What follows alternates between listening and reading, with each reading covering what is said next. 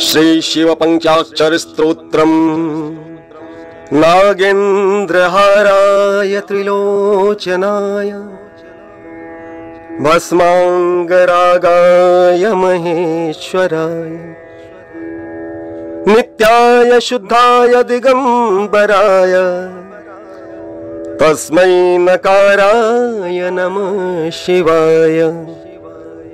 मंदाकिनी सलिल चंदन चर्चिताय नंदीश्वर प्रमथनाथ महेश्वराय मंदार पुष्प बहुपुष्प सुपूजिताय तस्मै मकाराय नमः शिवाय।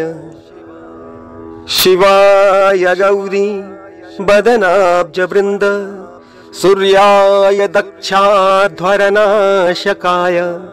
श्रीनीलकंठाय वृषध्वजाय तस्मै शिकाराय नमः शिवाय।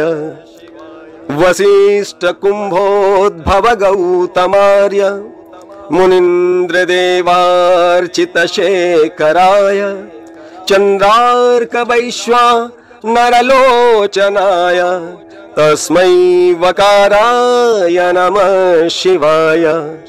यच्छस्वरूपाय जटाधराय पिनाकहस्ताय सनातनाय दिव्याय देवाय दिगंबराय तस्मै यकाराय नमः शिवाय।